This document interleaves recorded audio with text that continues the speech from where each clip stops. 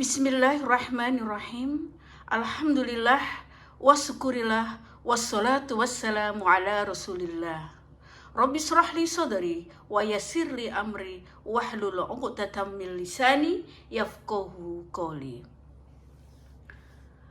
Ummahat fillah, akhwat fillah yang dirahmati Allah, yang kita sayangi karena Allah. Untuk hari ini kita akan sedikit membahas tentang apa keistimewaan menghafal dan membaca Al-Quran. Allah berfirman dalam surat Fatir ayat 29 dan juga ayat 30 dikatakan, A'udzu billahi minasyaitonir rajim.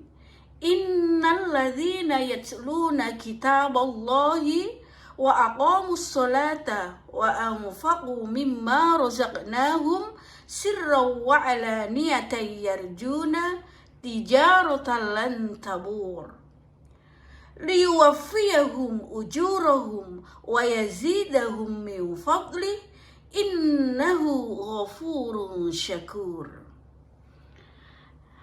Bahwasanya sungguhnya orang-orang yang selalu membaca kitab Allah, yaitu Al-Quran, melaksanakan sholat, dan menginfakkan sebagian rizki yang kami anugerahkan kepadanya dengan diam-diam dan terang-terang, maka mereka mengharapkan perdagangan yang tidak akan rugi, agar Allah menyempurnakan pahala dan menambah karunia-Nya kepada mereka. Sungguh Allah Maha Pengampun, Maha mensyukur. Diriwayatkan dari Aisyah radhiyallahu anha berkata bahwa Rasulullah sallallahu alaihi wasallam bersabda, orang yang pandai membaca Al-Quran akan bersama para malaikat yang mulia. Adapun orang yang membaca Al-Quran dengan terbata-bata dan susah payah mendapatkan 2 pahala. Hadis riwayat Bukhari dan Muslim. Diriwayatkan dari Abu Musa Al-Ansari, ia berkata bahwa Rasulullah Shallallahu Alaihi Wasallam bersabda, perumpamaan seorang mukmin yang membaca Al-Quran seperti buah utrujah, aromanya sedap dan rasanya lezat. Perumpamaan seorang mukmin yang tidak membaca Al-Quran seperti buah kurma, tiada baunya tetapi rasanya manis. Perumpamaan seorang munafik yang membaca Al-Quran seperti raihanah, aromanya sedap tetapi rasanya pahit. Sedangkan perumpamaan seorang munafik yang tidak membaca Al-Quran seperti hanzhalah, tidak berbau dan rasanya pahit. Hadis riwayat Bukhari Muslim. Diriwayatkan dari Abu Umar bin Khattab bahwasanya Nabi Shallallahu Alaihi Wasallam bersabda, sungguh Allah meninggikan derajat sebagian kaum dengan Al-Quran dan merendahkan derajat kaum lain dengannya. Hadis riwayat Muslim. Diriwayatkan dari Abu Umamah Al-Bahili, ia berkata, aku mendengar Rasulullah Shallallahu Alaihi Wasallam bersabda, bacalah Al-Quran, karena ia akan datang kepada hari kiamat sebagai pemberi syafaat bagi pembacanya. Diriwayatkan dari Ibnu Umar radhiyallahu anhuma dari Nabi Shallallahu Alaihi Wasallam, beliau bersabda, tiada rasa iri yang dibenarkan kecuali dalam 2 hal. Rasa iri terhadap orang yang diberi karunia pemahaman kandungan Al-Quran, kemudian ia mengamalkannya siang malam. Dan terhadap orang yang dikaruniai Allah harta yang kemudian ia infakkan siang dan malam. Hadis riwayat Bukhari Muslim. Diriwayatkan dari Abdullah bin Mas'ud dari Nabi Shallallahu Alaihi Wasallam bahwa beliau bersabda, tiada iri yang dibenarkan kecuali dalam 2 hal, iri terhadap orang yang dikaruniai Allah harta, kemudian Allah berinya kemampuan untuk menggunakannya dalam kebenaran, dan rasa iri terhadap orang yang karuniai hikmah oleh Allah, kemudian ia menggunakannya untuk memutuskan perkara, juga mengajarkannya. Ada juga riwayat dari Abdullah bin Mas'ud radhiyallahu anha, ia berkata bahwa Rasulullah sallallahu alaihi wasallam bersabda bahwa barang siapa yang membaca satu huruf saja dari kitabullah, maka ia mendapatkan satu kebaikan, dan satu kebaikan itu akan dikalikan 10 kali lipat.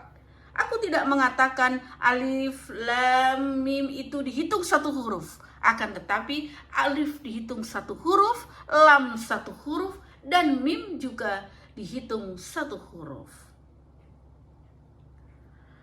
Diriwayatkan dari Abu Sa'id Al-Khudri dari Nabi bahwa beliau bersabda, Allah Subhanahu wa ta'ala berfirman, siapa yang sibuk membaca Al-Quran dan berzikir kepadaku sehingga tidak sempat meminta kepadaku, maka akan kuberikan sebaik-baik apa yang kuberikan kepada orang yang meminta. Sedangkan keutamaan firman Allah di antara seluruh perkataan seperti keutamaan Allah atas seluruh ciptaannya. Hadis riwayat Tirmizi menurut Hasan Sahih. Diriwayatkan dari Ibnu Abbas radhiyallahu anhuma, ia berkata Rasulullah sallallahu alaihi wasallam bersabda, orang yang tidak memiliki hafalan Al-Quran sedikit pun diibaratkan seperti rumah yang roboh. Hadis riwayat Tirmizi, ia dikatakan hadis ini berderajat Hasan Sahih.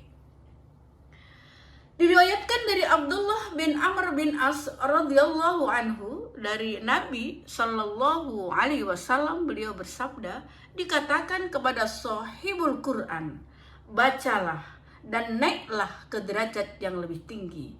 Bacalah dengan tartil sebagaimana kamu membacanya dengan tartil ketika di dunia. Tempat yang dijanjikan bagimu bertepatan dengan ayat terakhir yang kamu baca.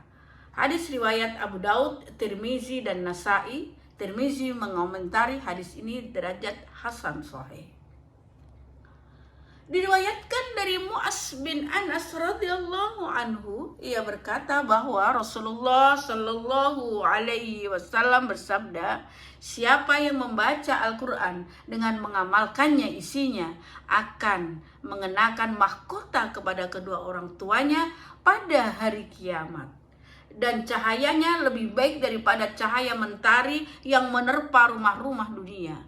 Andai kata hal ini terjadi pada kalian, bagaimana menurut kalian jika hal tersebut didapatkan oleh orang yang mengamalkan Al-Quran? Hadis riwayat Abu Daud. Imam Ad-Darimi rahimahullah meriwayatkan dengan sanadnya dari Abdullah bin Mas'ud, Rasulullah sallallahu alaihi wasallam bersabda, bacalah Al-Quran, karena Allah benar-benar tidak akan mengazab hati orang yang menghafal Al-Quran, dan Al-Quran benar-benar merupakan jamuan Allah. Maka barang siapa yang mendatanginya, ia akan aman. Bergembiralah siapa saja yang sangat mencintai Al-Quran. Diriwayatkan dari Abdul Hamid Al-Himani, ia berkata, saya bertanya kepada Sufyan As-Sauri tentang manakah yang lebih disukai, orang yang berperang ataukah orang yang membaca Al-Quran?